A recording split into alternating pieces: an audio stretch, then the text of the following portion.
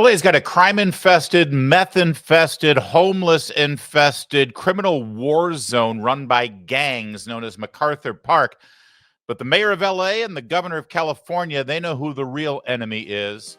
Federal law enforcement trying to clean the place up. We're going to give you all the details and maybe some residual benefits of the latest ICE actions in LA. Yesterday, downtown Los Angeles, this was the scene in MacArthur Park. Not a park you want to leave your cake out in the rain, by the way. This park is just west of downtown Los Angeles. It's in the central corridor. Every several years, the city of LA or the county of LA pump millions of dollars into trying to clean the park up, renovate it, new waterfront, all this jazz to make it a place for families and children to go and enjoy themselves. And within a week of the big ribbon cutting and the grand reopening after millions of tax dollars, it's overrun by gangs, by homeless, criminal vagrants, drug dealers, even prostitution taking place right there in MacArthur Park. Well, federal law enforcement officers, ICE, they set up a sweep to try to clear the park out. And well, Karen Bass was sitting in her office in City Hall. She saw this on TV and she had to hop in her secure motorcade and head straight down there. Because, hey, that's her meth-infested park, damn it. You feds, you get the hell out. She likes it just the way it is. They don't even call it MacArthur Park in LA anymore. They call it Metharthur Park. It's not easy to say. Sound like Sylvester the Cat from Warner Brothers. Here's the mayor jumping into action there yesterday. So I am going to say, Mayor Bass, I need to get my phone and we're departing. Okay. All right. Karen Bass. Any comment, Mayor Bass? Thank you. Mayor Bass, any comment? Yes, my comment is they need to leave, and they need to leave right now. They need to leave because this is unacceptable. Who did you speak with? Just wait and see. Mayor Bass, They will be leaving soon. Mayor Bass, who did you speak with on the phone just now? Who did you speak with on the phone? The head of customs. Wow. The head of customs. I think she means the head of ICE, but I don't think it was actually the head of ICE. Not sure who she talked to. I do like the Tiffany blue. That's a good color on her. Don't you wish you were this outraged and upset, screaming they have to leave and they have to leave right now about the gang members, about the meth dealers, about the meth addicts, about the people who are leaving used hypodermic needles on the grass where your children are trying to play? Or how about the criminal vagrants who have taken up shop and living there, running their prostitution rings out of tents in the park? That's Karen Bass's LA. That's Karen Bass's MacArthur Park. She doesn't care about them. Nope. She gets exercise. She goes down to MacArthur Park to yell at law enforcement. I think this may be the first time she's been there since her big ribbon cutting ceremony announcing the brand new renovated park that got ruined immediately. Later on, remember that, by the way, she just said they have to leave, and you just watch. They'll be leaving soon. Remember that. We'll circle back to it in a second. She went back to City Hall, and then she had a formal press conference. She had plenty to say. Frankly, it is outrageous and un-American that we have federal armed vehicles in our parks when nothing is going on in the parks. It's outrageous and un-American that the federal government seized our state's National Guard. It's outrageous and un-American that we have U.S. Marines who are trained to kill foreign soldiers overseas deployed in our American city. It's un-American for federal law enforcement to do their job, the job that she won't do. By the way, see the dude standing behind her there? This is supposed to be her staff or the people who work for her and support her. See the hat he's wearing? Chirla. Remember, we told you about them. Chirla, that's the Soros-funded nonprofit who's supposed to be there for immigration humanitarian services, and they financed all the riots that burned cars and looted stores back when ICE began some of their activities just a few weeks ago. They also received over $30 million in taxpayer-funded support, your dollars paying for Chirla. And there he is handling his mayor. After all, she's bought and paid for. Chirla's got to protect their investment. Later on in the press conference, she took some questions. By the way, what's with the smile? Did she remind you of the Joker? It's a weird thing going on there. I don't know if it's cheek implants or what, but it's a problem. As she talks about how fearless they are and how courageous they are to stand up to ICE officials and law enforcement, just pay close attention to the multiple people standing behind her who are so fearless and so courageous that they're wearing paper masks over their faces lest they inhale oxygen because they're terrified of catching a virus. Either that or they're trying to conceal their identity. Either way, not really the picture of confidence and courage, is it? Well, I call it a political stunt. If you want to call it a dog and pony show, go right ahead. Same thing. With this going on for more than a month now, are you starting to feel like you're not even in control of the situation, or is there a feeling of helplessness? No, I will never feel helpless, and I don't think anybody here feels helpless. That's not in our DNA. We're going to continue fighting. Mayor Bass, he's calling for you to get used to it. What is your? I'm not going to get used to it.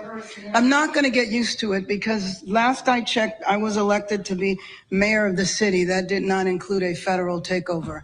So either you believe in democracy or you don't. Yeah, ma'am, this is not a federal takeover. Be careful what you wish for. You either believe in democracy or you don't. We do believe in democracy. That's the process we use to choose our elected leaders and our representatives. We just did it in November. And we, through the Electoral College, chose our chief executive who ran on the exact promise to do exactly what he's doing right now, which is to enforce federal immigration law, especially in cities that claim an unconstitutional illegal sanctuary status. Yes, we do believe in democracy. This, if I may say, is what democracy looks like. So that's LA Mayor Karen Bass. Across town, the drama queen governor of California, Gavin Newsom, before he left town to go campaign as he is today in South Carolina, because, well, really, let's face it, he's done everything he can do in California. He's got to find new states or maybe even an entire country to destroy. He was fighting back the tears in his press conference. It's a day like today. I want folks to know we have your back, and we'll continue to come back and do what we can to protect our diverse communities, to protect the spirit that defines the best of this city and our state, and to push back against this cruelty,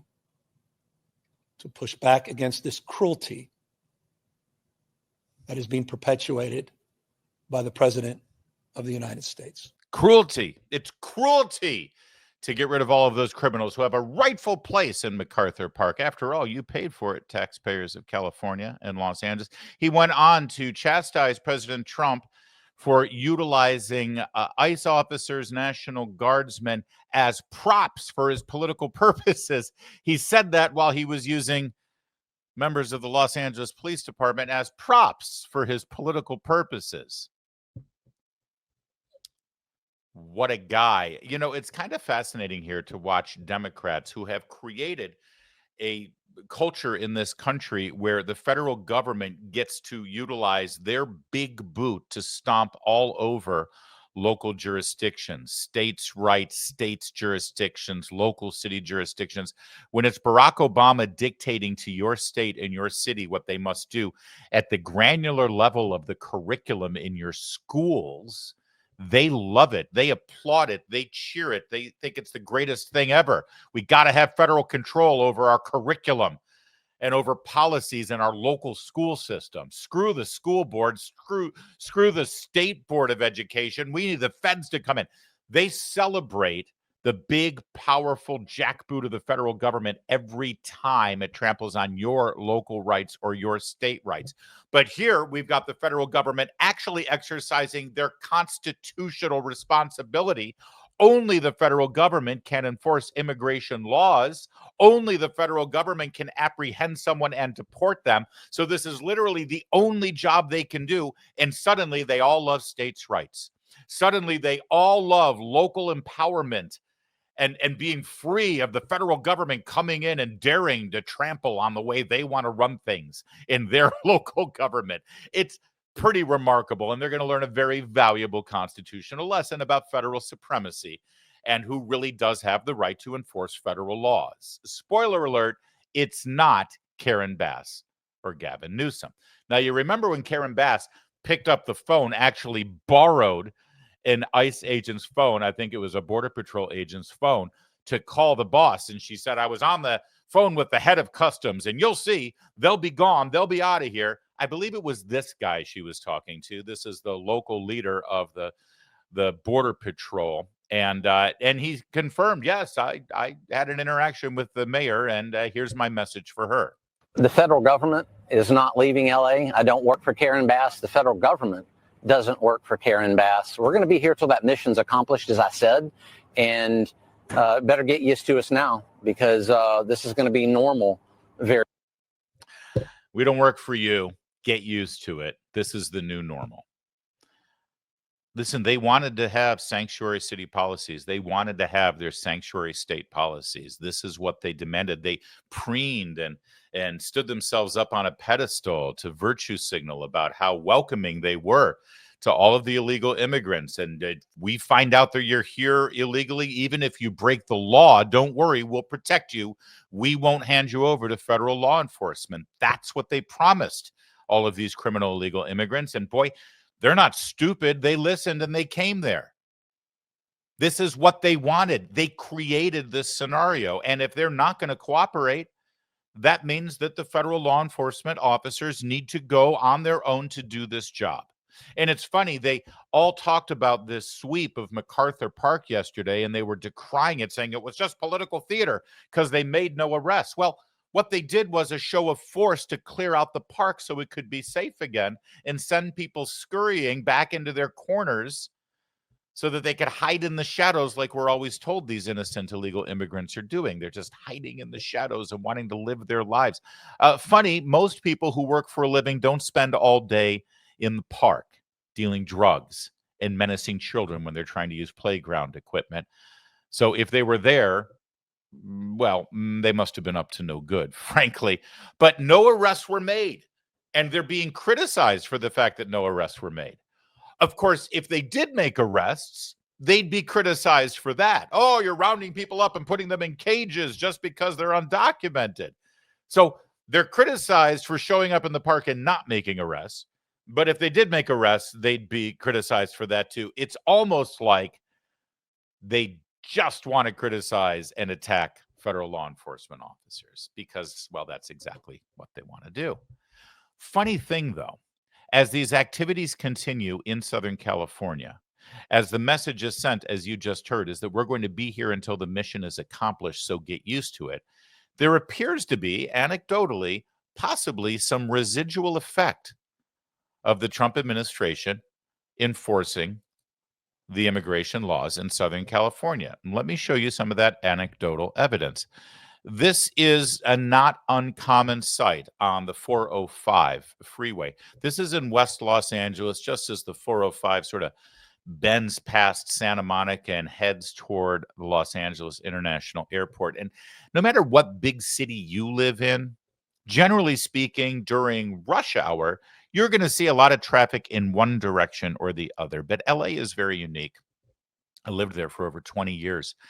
LA at all hours of the night. This is obviously in the evening, probably 8, 8:30, 9 o'clock, not rush hour. You'll see this kind of traffic in all directions. It's just become commonplace. I can't tell you how many times I fly into LA. I go back there once every month or so because I got kids that live in Southern California. Fly into LAX, get there at 8:30, get on the freeway, and it looks like this on a Friday at 8:30, not rush hour. That's your typical day. Well, funny thing happened yesterday at rush hour. Someone took a screenshot of the traffic map on their phone, and it looked like this. My friends, it never looks like this. Now, this could have been because it was the Monday after a holiday weekend. It could have been a bit of a one-off, I suppose. But the stories continued on social media of people who live in Southern California saying, yeah, I've never seen the traffic this light since the pandemic. One person shared the estimate on their Google Maps to drive from Newport Beach in Orange County up to Santa Monica, and it said it would just take them 50 minutes. That's unheard of. Even in the middle of the night, it's unheard of. And yet here we are. Is this all because of the immigration roundups? Not sure. Maybe. And one person anecdotally made a very important observation about this, saying, I live in LA. The commute from the Valley to Bel Air and Beverly Hills daily for the last month, traffic has been tolerable. I've been driving in LA for decades. It's win-win without the illegal immigrants in traffic. Only the COVID lockdowns were better for traffic. And furthermore, this person pointed out that this map is not just a map of the freeway system in LA. It's a map of the emergency rooms. It's a map of health insurance offices and the phones that you need to dial when you need your health insurance. How about car insurance, housing availability, public school quality? It's almost like the infrastructure in the city of Los Angeles, county of LA, and the state of California was designed for a certain population of taxpayers, citizens, and legal residents of the state. And when it got an influx of millions and millions of people who weren't supposed to be there, that the government never planned on being there, suddenly overtaxing all of those public facilities, like freeways, like schools, like hospitals, suddenly it became intolerable. It became unlivable. Now, who knows? Maybe this free traffic pattern that you're seeing now is because all the conservative Republicans have moved out of Southern California. That could be it. Could be. Or maybe it's actually because the laws are being enforced. People are staying home or going home. And suddenly California seems a little more livable. That said, before we get all too crazy about it, our own Jennifer Van Laar, managing editor of Red State, part of the Town Hall Media family, sadly had to post a reality this morning. It was 7:30 during rush hour, and this is what traffic looked like. But I'll be honest with you. Having lived in Los Angeles for a couple of decades, having to deal with rush hour traffic, see where it says Whittier over there? Yeah, I used to live right over there. And I used to work right over where it says Beverly Hills. That was a long commute. Without traffic, it was about 45 to 50 minutes. With traffic, it could be 2 hours sometimes, crossing from West LA all the way through downtown into the northern Orange County, LA County, southern LA County area. I can tell you from my own experience, rush hour, 7:30 in the morning, this is better than usual. It's not great, but it's better than usual. There's definitely something afoot in Southern California, and it may be because our laws are being enforced. It may be because there's an effort for mass deportation. It may be because good people are just leaving the state because it's unlivable and intolerable. Either way, we know where Karen Bass, the mayor of Los Angeles, and Gavin Newsom, the governor of the state of California, stand on this issue. They're outraged that those laws are being enforced, and they're outraged that life is getting a little better in the Golden State. And that's why they want to take their policies national. Let's not forget, Karen Bass was on the short list to be Joe Biden's vice president. And now that Gavin Newsom's running for the big house, well, maybe Karen will make her way up to Sacramento and be the new governor. God help us all.